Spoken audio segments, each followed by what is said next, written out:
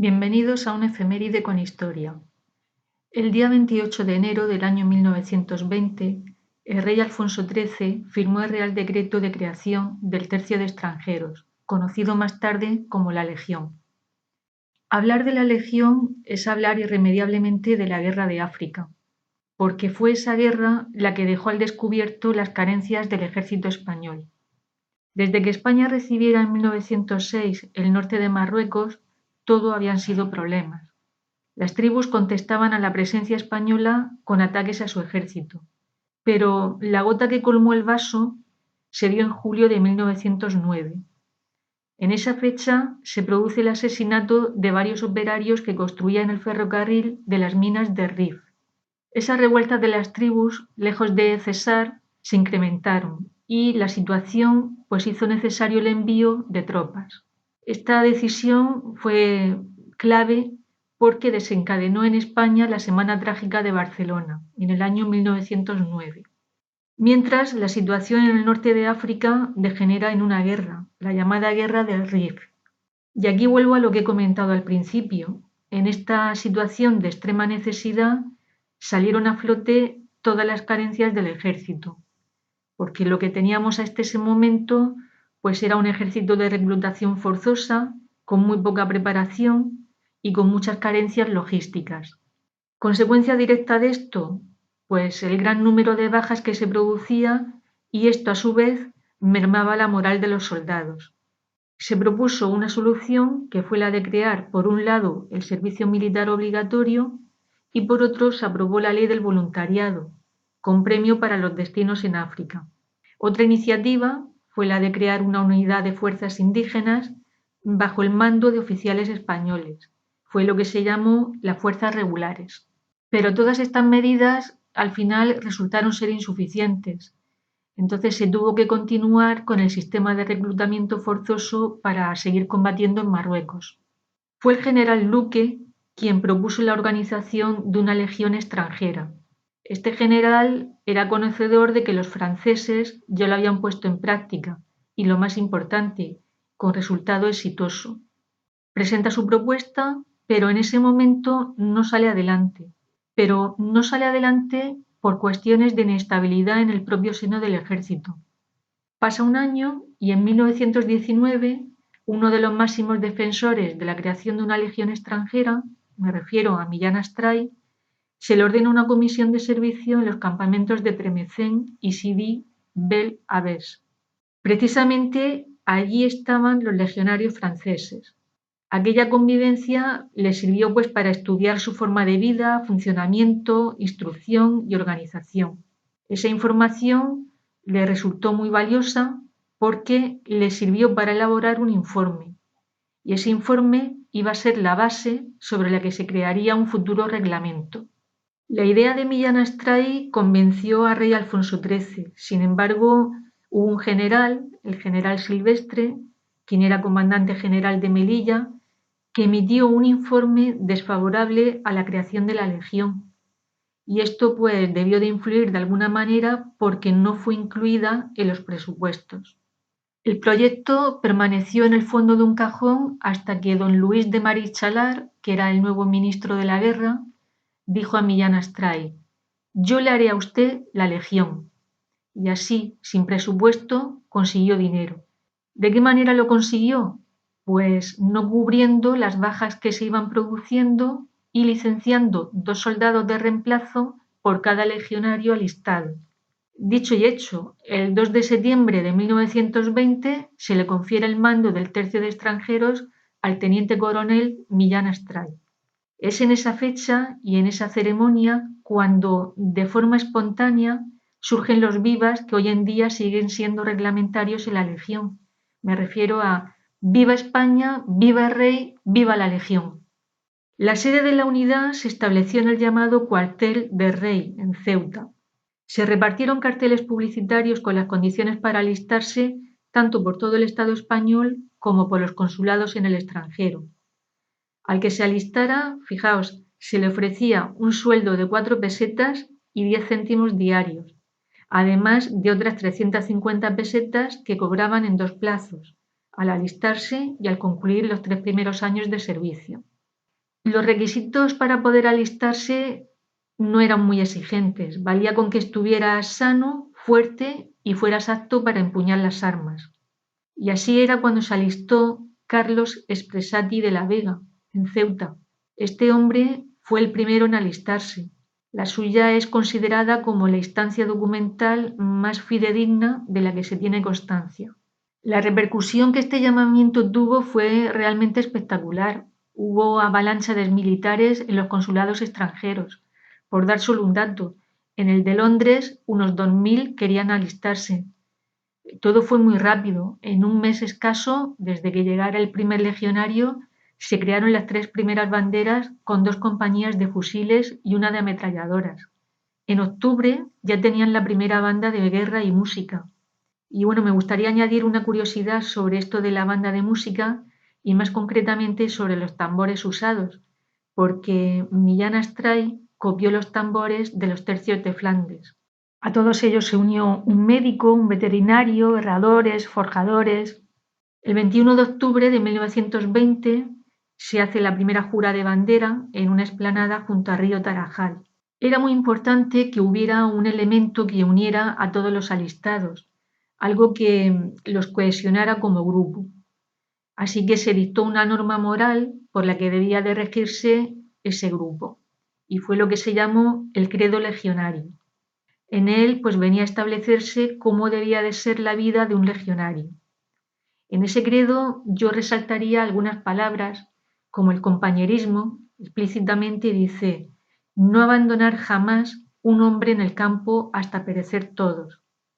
También resaltaría la palabra sufrimiento y en este sentido dice: no se quejará de fatiga, ni de dolor, ni de hambre, ni de sed, ni de sueño. Hará todos los trabajos, cavará, arrastrará cañones, carros. Pero ese credo legionario no son solamente palabras, los hechos lo demuestran. Os voy a contar uno de estos hechos. A consecuencia del desastre de Anual en el año 1921, la primera bandera de la Legión, que se había fundado apenas un año antes, recorrió 96 kilómetros a pie en día y medio para llegar a Tetuán. El objetivo era acudir cuanto antes a Melilla. Allí los regulares de la zona oriental se habían pasado al bando enemigo. Por lo tanto, la plaza se encontraba indefensa frente a las fuerzas de Abel-Krim. Vale, pues esa unidad de legionarios fue capaz de guarnecer en un solo día 15 puestos. Y con esta acción nació la leyenda, una leyenda que se extendió no solo en España. El día 18 de agosto de 1921, a las 9 de la mañana, una multitud de combatientes se agolpaban a la puerta de la Embajada Española en Londres para alistarse en la Legión. Bien, pues una hora más tarde, los voluntarios pasaban de 2.500. También llegaron voluntarios de Nueva York, aunque el grupo más numeroso estuvo compuesto por unos 800 hispanoamericanos y españoles de las antiguas colonias. Pero la Legión no solamente estaba abierta a recibir voluntarios de otras nacionalidades, sino también de toda condición. Personas que, habiendo sido delincuentes, se les ofrecía la oportunidad de convertirse en caballeros. Esto de caballeros fue un título asignado por su fundador, Millán Astray. En noviembre de 1922, Millán Astray, quien se encuentra convaleciente de una herida, es sustituido por Rafael Valenzuela al frente de la Legión. Esta persona va a pasar a la historia por ser el primer y único jefe de la Legión muerto en combate al frente de su unidad. La noche anterior reunió a sus legionarios y les dijo: mañana entrará el convoy en Tiziaza, o moriremos todos, porque nuestra raza no ha muerto aún. Además de Valenzuela, en ese combate murieron un capitán, un teniente, 2 alféreces, 5 sargentos, 10 cabos, un corneta y 49 legionarios. Y uno, claro, puede pensar, bueno, es lo que hay en una guerra. Pero es que la mayoría de las personas que he enumerado murieron defendiendo ya no la vida de su jefe, sino el cadáver de su jefe. Y eso pues creo que marca la diferencia. Precisamente la muerte de Rafael Valenzuela impidió que se celebrase el acto de entrega al tercio de su primera bandera de combate. Este acto, en un principio, se iba a celebrar en junio de 1923.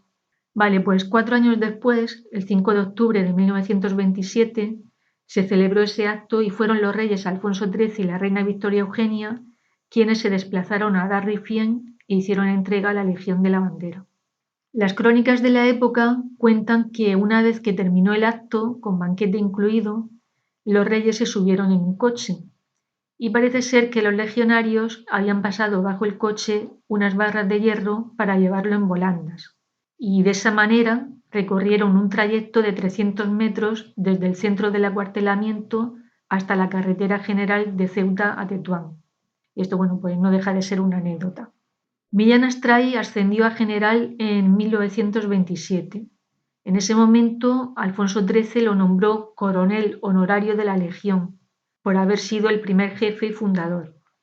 Un dato que no quería dejar de comentar es que la Legión tuvo su primer muerto en combate el mes de enero de 1921. Se llamaba Baltasar Queija Vega y el primer oficial caído en combate fue Pompilio Martínez Zaldívar. Hay algunos aspectos de la Legión que a todos nos resultan conocidos, y es, por ejemplo, la presencia de una mascota en sus filas, la famosa cabra de la Legión. Pero antes que la cabra, la Legión tuvo otra mascota, según nos cuenta el teniente Rafael Montero Bosch. Esta persona escribió un diario y en él relata lo siguiente. El día 24 nos levantamos tarde. Hice varias fotografías y me retraté con el mono mascota, del que no he hablado nunca y que nos acompaña desde hace mucho tiempo. Fue cogido por nuestros legionarios en Sagüen y lo cuidan nuestros asistentes y ordenanzas. Asiste a las operaciones subido en un mulo de municiones del segundo escalón y no se separa de nosotros. Tiene mal genio. Tiene su uniforme y gorro de la Legión, con el cual está graciosísimo. Me imagino que también os sonará la canción El novio de la muerte, con la que se identifica la Legión, pues esto también tiene su historia. Esta obra no se concibió como una pieza militar. Inicialmente se escribió para cafetines y cabarets. De hecho, la cupletista Lola Montes la cantó por primera vez en el Teatro Vitalaza de Málaga el 20 de julio de 1921. Bueno, pues una semana más tarde, en el Teatro Cursal de Melilla, la volverá a cantar coincidiendo con el desembarco de la Legión en la ciudad tras el desastre de Annual. Parece ser que Millán Astray la escucha y es cuando se adapta la música para poder desfilar con ella. La letra de la canción hace referencia a un legionario. Este legionario parece ser que escribió una carta a su novia en la que se despedía antes de morir. Se ha especulado mucho sobre si existió o no ese legionario. Según el historiador Luis Eugenio Togores, sí que existió, pero se abre un nuevo debate sobre si ese legionario fue el primer abatido en combate, que si recordáis se llamaba Baltasar Caija de la Vega, o se trataba de otro legionario. Según Togores, no se trata de la primera baja de la legión, pero sí de uno de los primeros legionarios que cayó en combate. Bueno, pues estamos llegando al final del episodio y me gustaría terminar con una anécdota. No sé si alguna vez habéis oído a los legionarios decir ¡Viva la muerte! Podría pensarse que están deseosos de morir, ¿no? Vale, pues voy a contaros una conversación que tuvo Millán Astray con un cadete. Millán Astray le preguntó, ¿sabes a qué vienes aquí? Sí, mi coronel, a morir. ¿Quién te ha dicho eso? No, señor, te han engañado. Aquí se viene a velar por el día y por la noche, a abrir trincheras, a abrasarte en verano, a helarse en invierno, a luchar sin fatiga, a retirar muertos y heridos cuando sea preciso, y después de esto, a morir. Bueno, pues espero que os haya resultado interesante la efeméride de hoy. Creo que era necesario hacerla para resaltar, pues, de alguna manera, pues eso, el valor y la entrega de los legionarios por España. Vale, pues si os ha gustado le podéis dar al me gusta y suscribiros a mi canal, una efeméride con historia. Hasta el próximo día.